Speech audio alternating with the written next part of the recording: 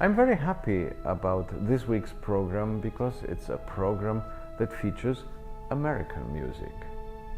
And on the side, I also am very happy to present to you a favorite soloist of mine who comes to town already for the second time in only 3 years, Canadian violinist James Ennis, who is undoubtedly among the young violinists of our time, one of what I call the crown jewels. He is an amazing fiddler and you will enjoy his performance very much. Also, I have to say, being with American music, of course the idea of jazz has to be there.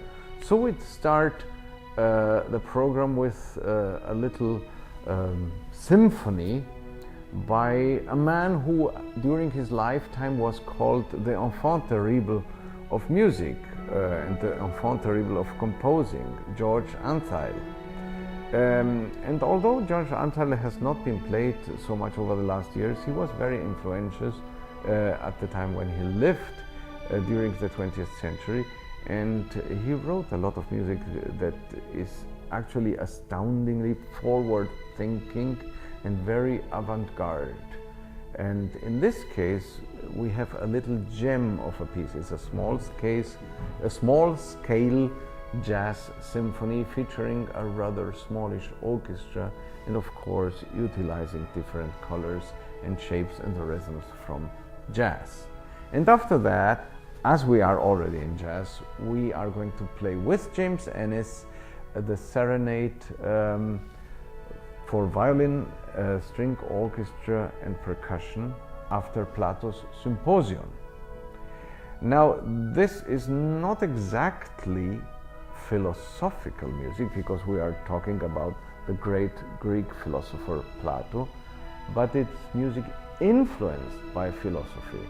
It's in 5 movements, and during Plato's Symposium what happened is that different philosophers started to talk about the idea of love from very different angles. And this is exactly what Bernstein tries to depict in his music. He tries to kind of catch the idea as presented by different Greek philosophers in love throughout his music. And when we get to the last very serious philosopher, kind of this symposium at the end is being interrupted by a gang of drunk guys, and everything ends up with a very big, loud and fast party.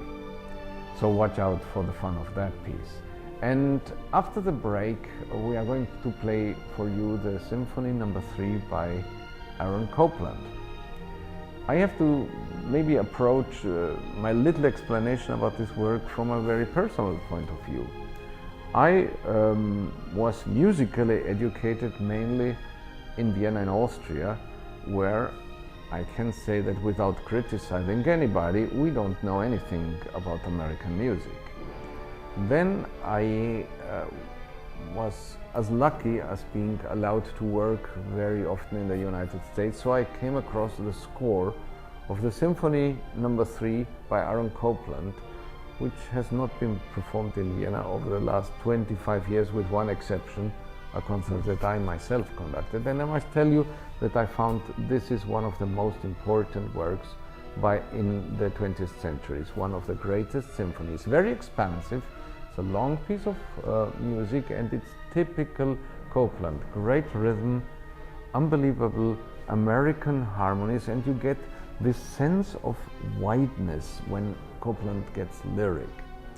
And I can also tell you that if in this long symphony you don't know it already, just wait for the beginning of the last movement, because then comes the theme that all of us know very well, because Copland integrated into this symphony the Fanfare for a Common Man, which is a little piece for brass and percussion that lasts maybe 1 minute and a half, and that is utilized in this symphony so magically.